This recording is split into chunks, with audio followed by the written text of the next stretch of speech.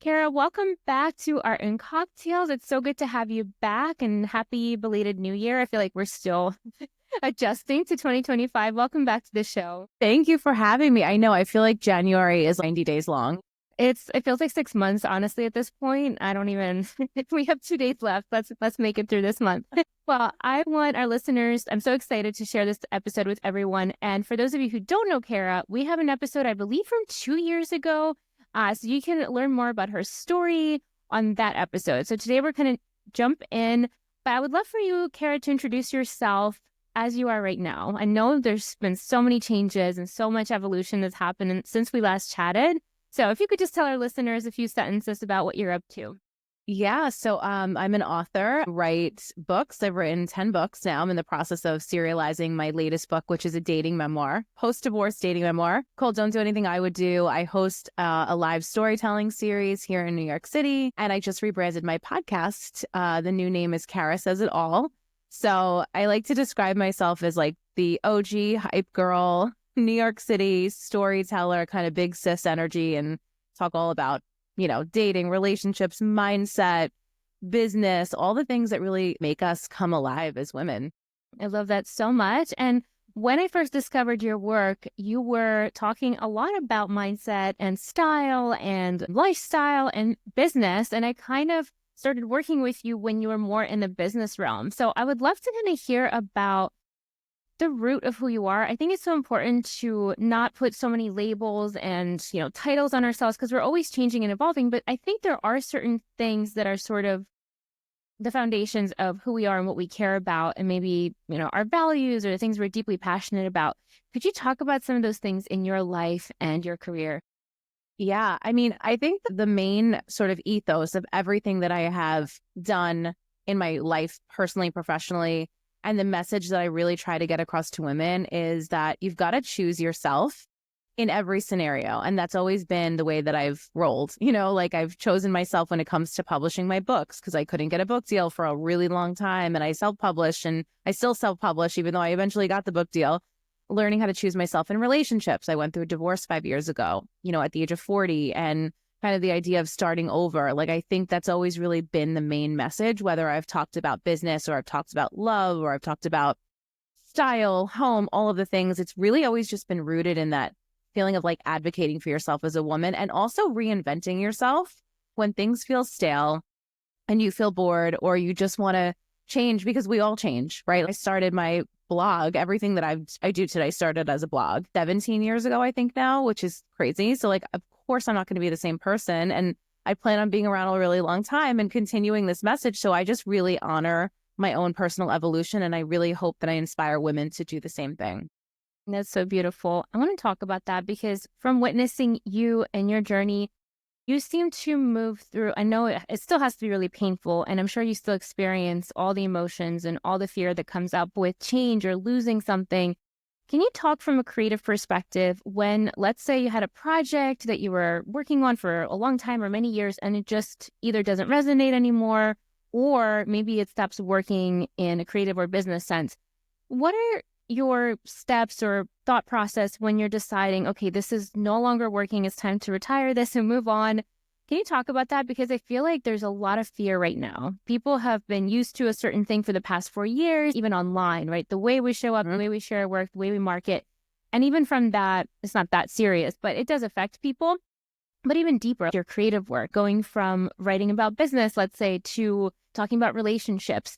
Can you talk about how you navigate those changes? I think it's like one of those things. I would be lying if I said I didn't get nervous to shift gears in my creative work, because of course it's nerve-wracking. And of course you wonder, are people going to care? I remember after my book Girl Code, I was like, was I a one-hit wonder? Is anyone going to care about anything beyond that book? Because that book really did blow up. But I had to really listen to myself. And at the time, this was like the book came out in 2015. So 2017, I launched my podcast, which was formerly called Style Your Mind. And the podcast, I think, surpassed the book. I mean, it's at almost like 12 million unique downloads. It's in 180 countries, I think. So I was nervous to kind of start something new and launch the podcast, but I listened to my gut. And I know that I have to keep being creative. So I'm just going to do this and like really detach from the outcome. I think that's, if I can give anybody one tip, it's like, just do it because you feel called to do it, not because you're expecting a result. And don't do it because other people are doing it and it's successful. When I started my podcast, no one was really podcasting.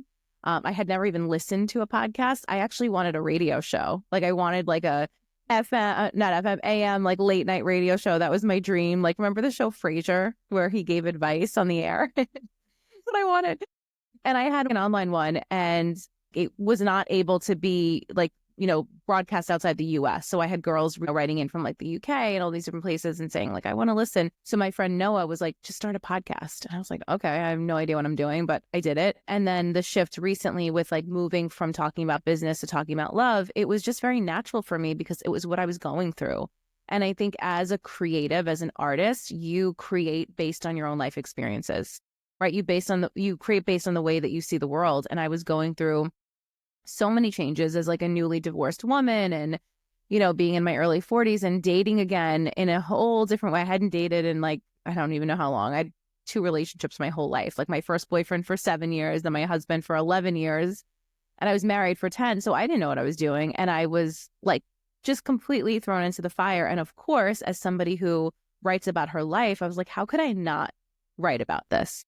But I still kind of held back. And I remember like the first day that I ever said anything about like dating on Instagram, I like posted it and then I deleted it really quickly. And then I was like, no, I have to share this. So I went back and I reshared it, and it got a really good response. And like, I'm sure that I've lost people along the way as I've shifted, because I've definitely been heavier on the personal narrative, personal essay writing side, memoir stuff.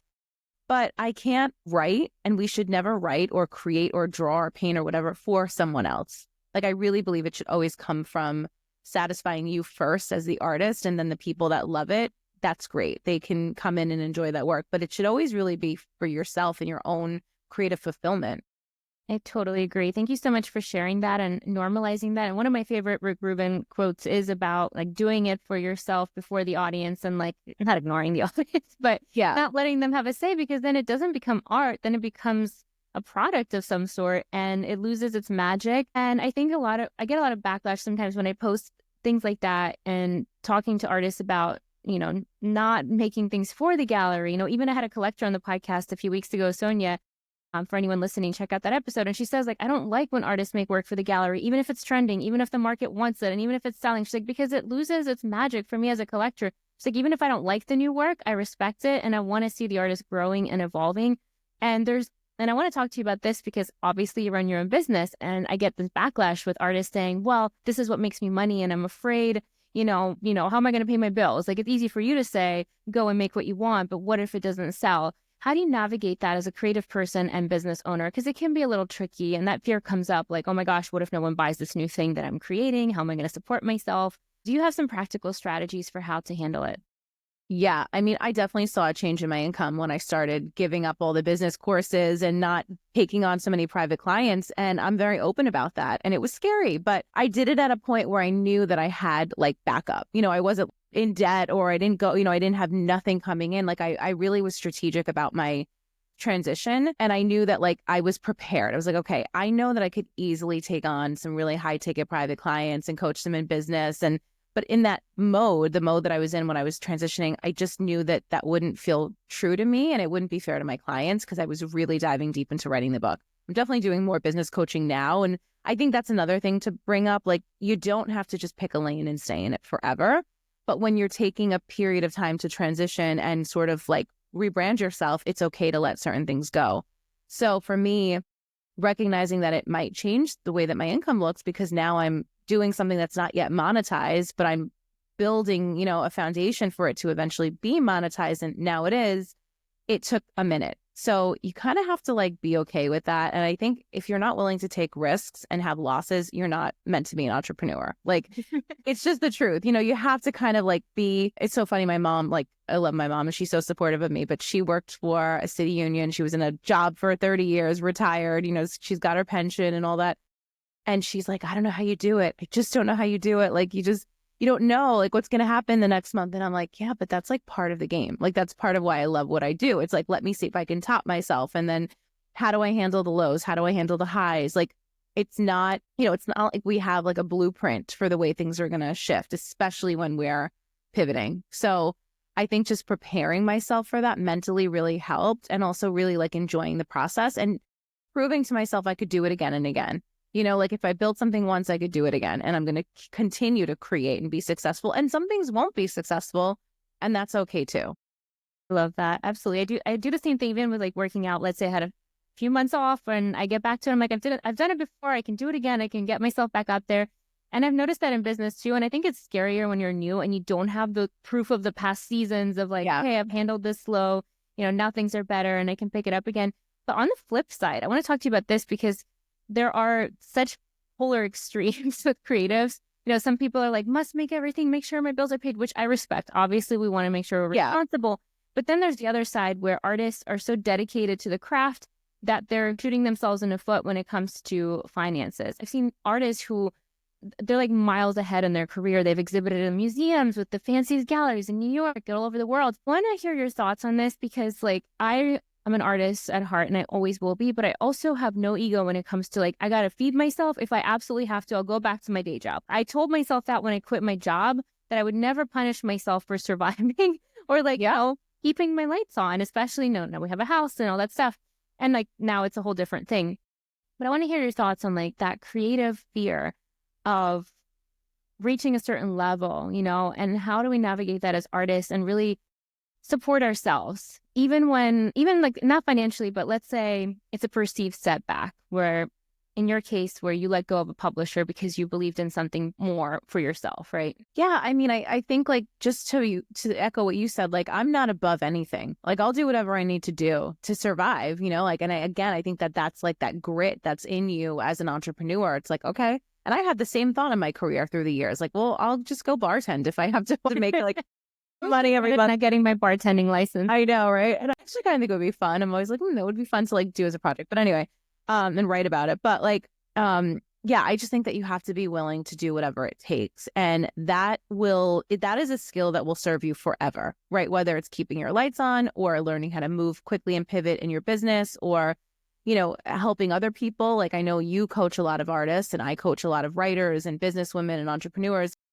So I'm almost grateful that I have those experiences because it helps me relate to my clients and it helps me coach from a place of experience, not from a place of what I read in a book, on how to run a business. So I don't know. I think it's all just like really part of the process. And I am always willing to like get my hands dirty and do the work and pick up the slack. And I don't have a big team and that's very intentional. Like I love to kind of do a lot of things. I do need some more help and I'm about to kind of find it. But like, I don't think I'm above anything in my business. And I've always felt that way. And I think that that's why I am where I am. And that's why you are where you are, right? Because we just have that hustle. We have that grit and that dedication to making our lives, what we want them to be.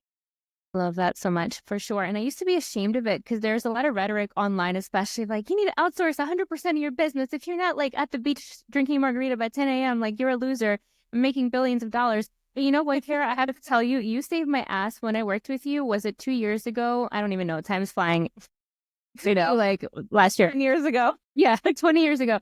But it was at the time where I almost lost my solo show and then like my business had a setback. And you really helped me because there's a lot going on. One, I think even earlier we had like a one-off session.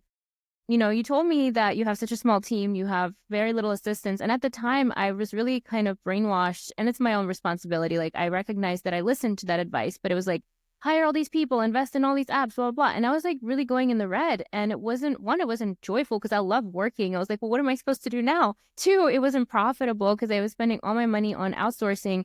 And I lost control of my business. I lost like the flavor, like the secret sauce that was making it work. And I cut back a lot over the past 2 years and it saved my business. So I have to thank you for that. Like I'm still a little bit recovering.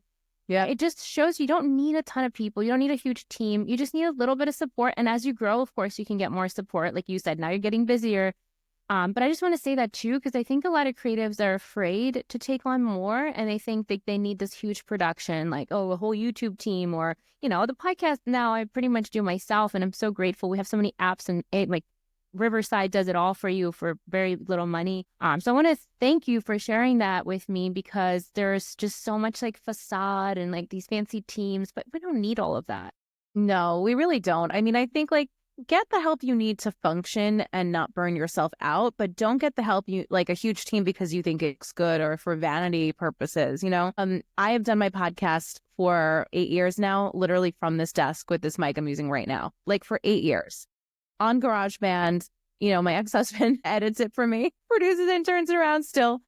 And just now I finally went into a studio and I'm starting to do some video podcasts because I want to build my video presence more. So like I'm going in every now and then to record it on videos to make reels and grow the brand that way. But it's not necessary, And again, I did it for 8 years from my computer, like just by myself. So don't let the feeling that you need all the bells and whistles like hold you back from being who you are. Like I have one virtual assistant. Well, she's real. I mean, she doesn't live here. She's like, she's a human, Jen. But it's just one person, and she works for me like a couple hours a month and she handles like client facing stuff and some back end work. But that's really it. I mean, I'm finally at the point where I'm like, okay, I think I need an in-person somebody to help me in New York City. But like I've been doing what I do for so long and I've gotten by without it. So it's not necessary. It's nice to have the help, but I wouldn't let that hold you back from you, but anyone listening, hold you back from like going and doing the things that you truly want to do.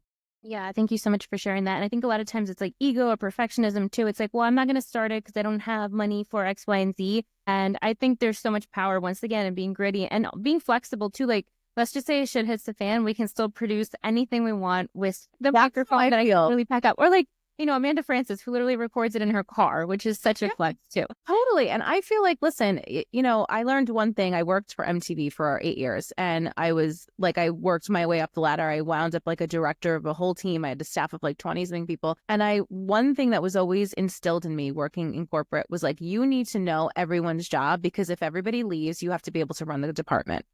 And I never got to the point where I was above anything. Like I knew how to go into those systems and do all the admin shit and like work on every aspect. And that's what I take with me now. Like, I want to know that if my assistant can't show up one day, nothing's going to fall apart. I still know how to invoice somebody. I still know how to, run things. I still know how to get on my Zooms. I can, do what I need to do. So I think there is something to be said for knowing how your business works and not giving up too much control because people can leave. Things fall apart. People get sick. Things happen. Mm-hmm. Or like when I hired someone for $15K to build a website who ghosted me for 6 months. And I was in limbo and I ended up moving it all back to Squarespace where it all started, where I did it for like 10 years. I love Squarespace. And I was so mad. I'm like, why the fuck did I do that? Like, why did I convince anyone to take away my power to do anything that I want to this thing that's like the cheapest thing to do? But I want to ask you our audience has been really concerned, rightfully so, with the insanity that's happening on social media. Yeah. Creatives are worried. Artists are worried about their content, their work that they've been putting up. And, I've been preaching this for years, like make sure you have a place outside of this app. Yeah. I would love to hear your thoughts on how you're using Substack, how you're using your podcast, and maybe even your website to protect your intellectual property, your art, and what are some ways that we can market beyond social media? Because I'm sure, like me, you started before we even had Instagram, right? I remember admitting to blogs and newspapers to try to get traction.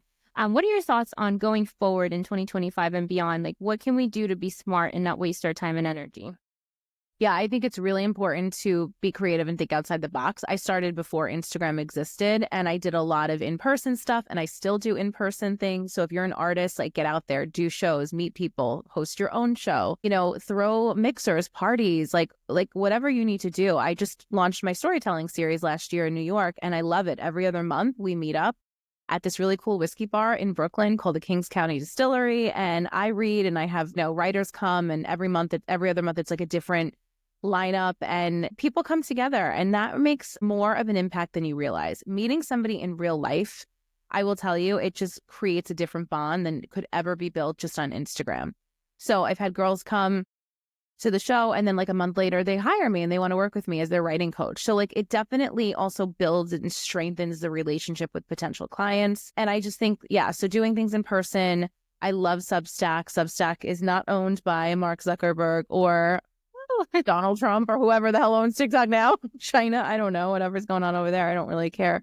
But TikTok for me, it's like, it's fun. It's okay. I just think that's an app for me that I've never created on. I mean, once in a while, I just threw something up the other day. Like I'll post things and I'll delete them. I'm not building anything there. But for me, it's more like it's like my junk food app. Like I'll go on there, you know, like every now and then and like consume and like sit there and then I'm like, oh, I've been on here for 20 minutes. I got to get up.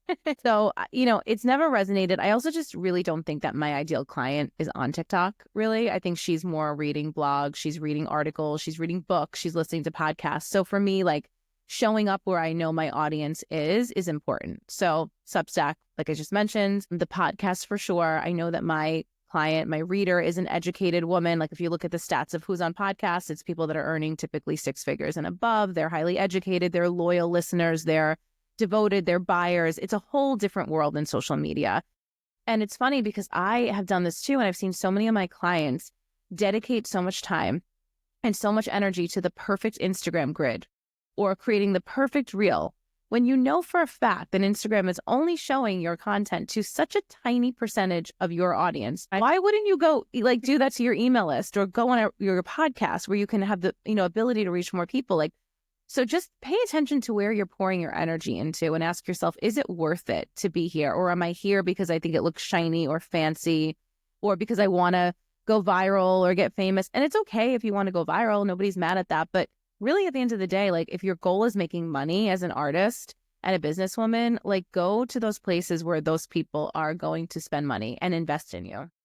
Oh my gosh, so smart. And I agree. And I haven't posted on my Instagram in like a week since I moved, and I don't miss it at all. Like I still log in and check in on my clients and like my friends, but truth be told, even a few years ago, even before all this political stuff started happening, I had a friend who they were so close to 1 million followers. They literally had like 990 some thousand followers, and Instagram shut down their account. And recently, Reese from Yes Supply, her account was shut down, and she told, you know, she was on my podcast. She's like, we spent like multiple 6 figures on ads with Meta and Instagram for like the coaching certification. Like I love Reese, and like nothing to post is controversial or bad. No, It's just like any day they can decide to take away your stuff. And I just decided, I'm like, I have no energy for this. I'm not putting any, like I still use it for our art account to support others, but I'm like, I don't care. And honestly, I love blogs. To be honest, I love just scrolling through a nice blog, looking at pictures, reading like a short, nice thing.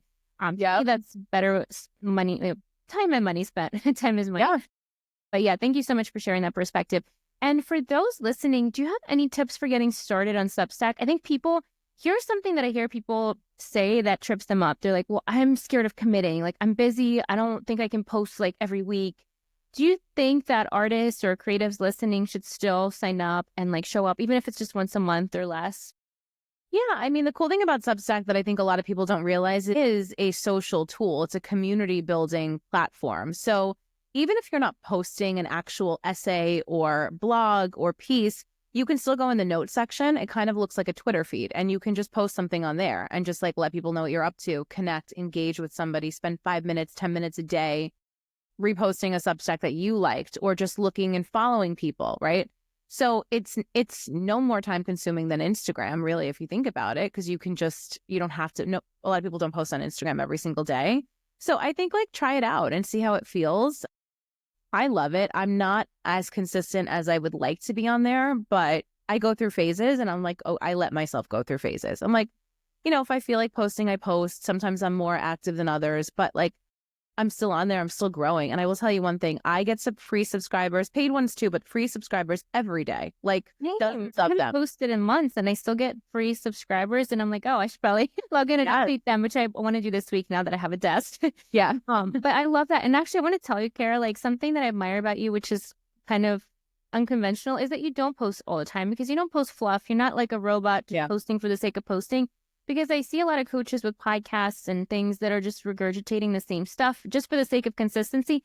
And I think substance always outweighs consistency. If it's just like empty stuff, like I don't need to see it. And I unsubscribe to tons of podcasts for that reason. Because I'm like, if you don't have anything to say, please. I know. Out. Thank you for saying that. I actually really needed to hear that because I get in my own head sometimes and I'm like, oh shit, am I being lazy or am I slacking in some way? But like what I said earlier, like my own life is my inspiration for everything that I create.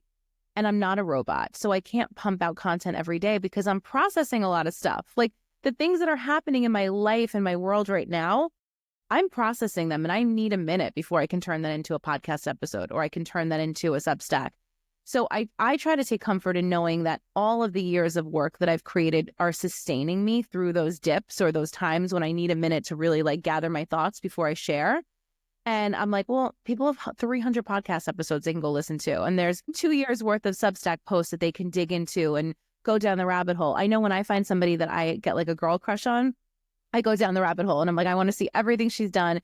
I don't just need the current stuff. So, if you have been creating for a little while and you don't feel like you're consistent, it's like, it's not the end of the world. So you saying that back to me, like, was what I needed to hear because it's what I say to everybody else. So thank you.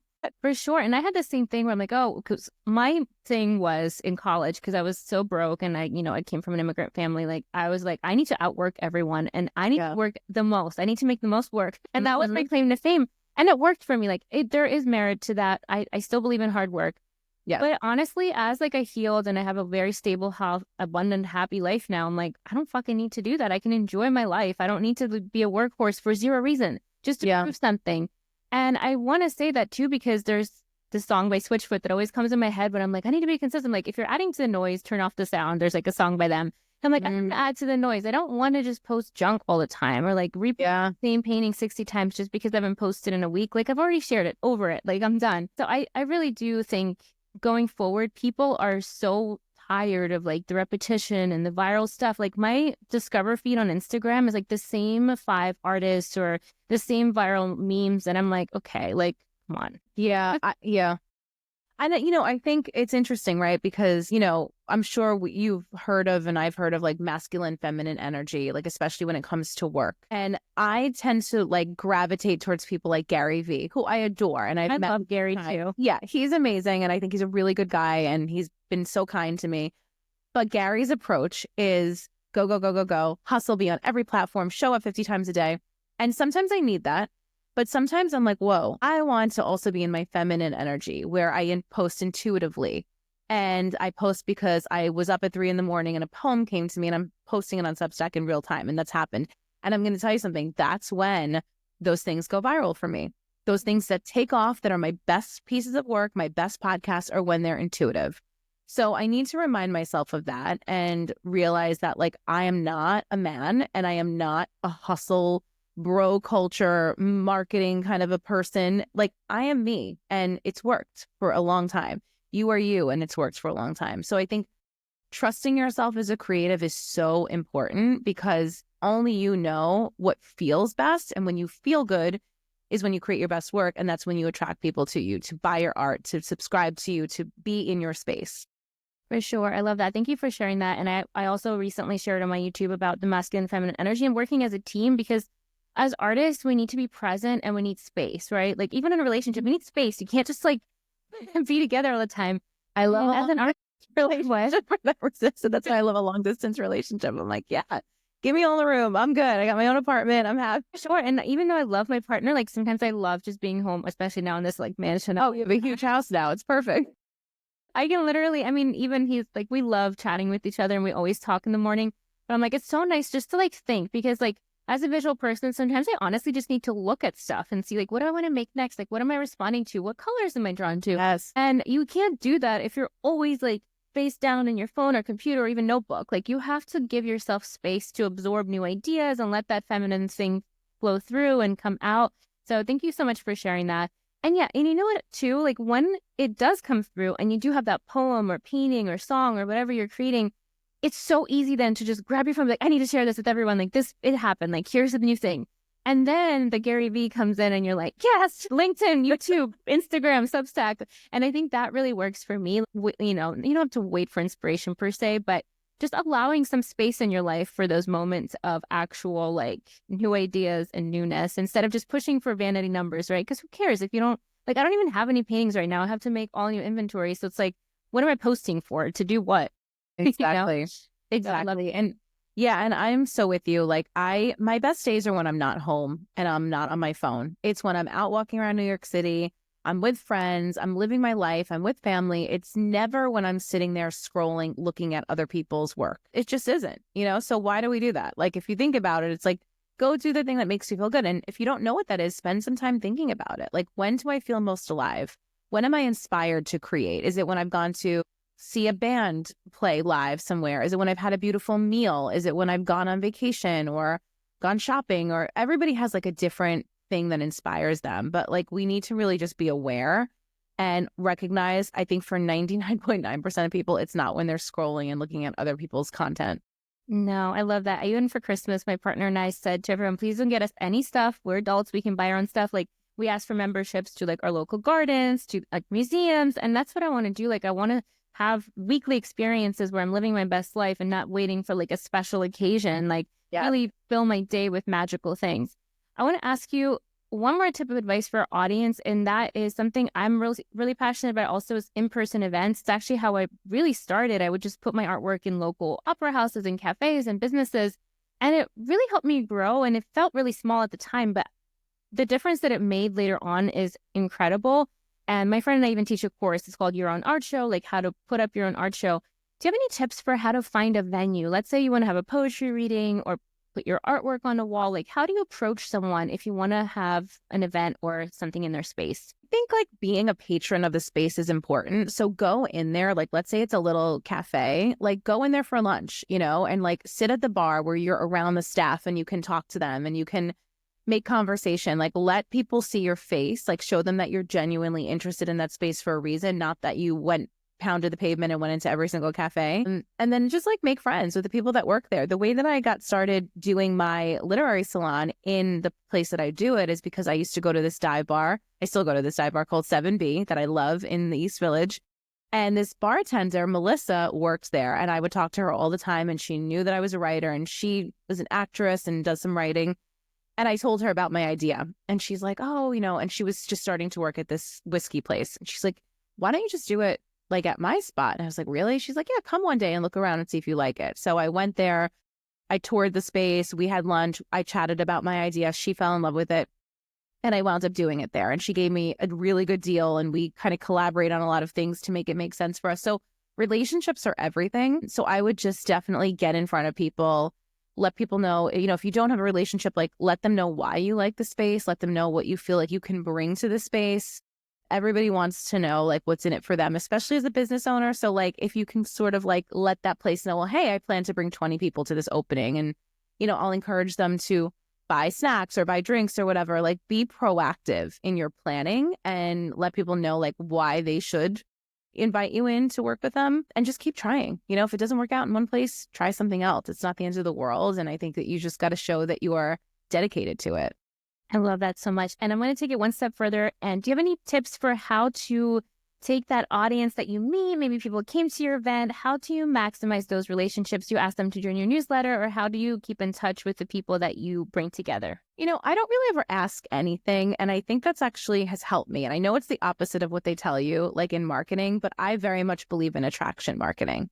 So if you've come to my event and I put on a great show and I read and I had amazing writers read and you had fun, my hope is that you're going to make sure you're following me on Instagram or you're going to open my next email or listen to my next podcast and want to be there. I will say I've done 3 readings so far, 3 of my literary salons, and I see the same faces at each one, which makes me so happy. I see new faces too, but people always come back. And I know that the list for the show in a couple of weeks, like there's like a lot of the same people. So that makes me feel really good. So I think just like keep doing you, like come with really good energy and just be good at what you do, right? It's not like it's more quality over quantity when it comes to showing up. So if you like, I do the show every other month and like I bring it, you know, and I make sure people have a great time. I'm not doing a show every single week and half-heartedly doing it. Like I'm pouring my energy into each one that I do. So yeah, I think just, you know, hope that people love it and trust that the right people will connect. I love that. Yeah, I agree. I think it's just natural evolution. Plus, like, you only want the people who you truly connect with to show up again. Because we have those moments where you're like, okay, we don't. Yeah, I mean, like, let people know where to find you, of course. I always say at my shows, like, hey, I'm on Instagram, like, come, you know, follow me, whatever. But I don't like pass around a list for people to sign up their email or anything like that. And some people do it and it works for them. But for me, I'm just like, I'm like, if you like me, you'll find me. I love it. I love it so much. Okay, finally, one more question. If you had to start over from scratch, your business, your career, your creative path, what would be the first thing that you did? Ooh, in this day and age, like if it was like 2025, no more Instagram. It all got erased. No TikTok. No social media? No social media, like, but if like it's out there, like, what would you do? Let's just say we're all starting from scratch. Well, I would definitely go to my local bookstores and I would be like, can I read? Can I do a signing here? Can I do something? Can I set up, come in on a Friday night and sign books and like greet your guests and connect in person for sure. I love that. Beautiful. I love bookstores. Me too. Wait, I know we have wait. such cute ones too. There's so many popping up now that are like wine bar bookstores. I don't know if you have them. Oh my gosh, that's my dream. So my dream, my like 20-year dream is a gallery, a wine bar, coffee shop, and bookstore. But like each time of day, it's like a different rotation. So like Yeah, if it's like a speakeasy during the day, it's like coffee shop, bookstore, and like maybe evenings and weekends, it's like a gallery opening. So I love that. you can have. Thank you so much, Cara. It's always a joy to chat with you. Where can our listeners find you? What do you have going on? How can we support you? Thank you so much. My website is carasaysitall.com. So Cara with a C. That's also the name of my podcast. And my Instagram is The Champagne Diet. So pretty much those three spots. You can find my Substack through that and all that good stuff. My literary salon. I always have a link in my bio with the latest show. If you're in New York, definitely come through. And yeah, thank you so much for having me. This was so great to talk to you. So much. I can't wait to visit one of your literary events. Thank you, Cara. Thank you.